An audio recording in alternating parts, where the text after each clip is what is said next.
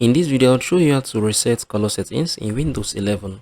Ensure you subscribe and turn on the bell notification to this channel for lots of educational guides and contents like this. At first, if any reasons you love to reset the color settings in your Windows 11, this is what you're going to do, right? Click on this. Once I've clicked on it, wait for it to open up. Once it has opened up, I'm going to click on these settings, right? Once you click on these settings, it's going to open up, right? And from this display, you're going to see a lot of options. Click on these personalizations. Click on the colors, right? From the colors, once I click on it, you would see you can choose your mode, either the light or dark mode. So if I switch this on to the dark mode right now, you see our PC, our computer would be turned to the dark mode, right? So if I click it, it's going to be turned to the light mode as well. So this is the transparency effect. You can turn it on or off. This is the accent colors. This is the Windows color. Look right here. This is currently shining blue right now.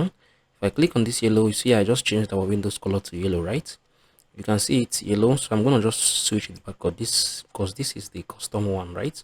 So if I still come down, I'm going to see this, the constraint themes.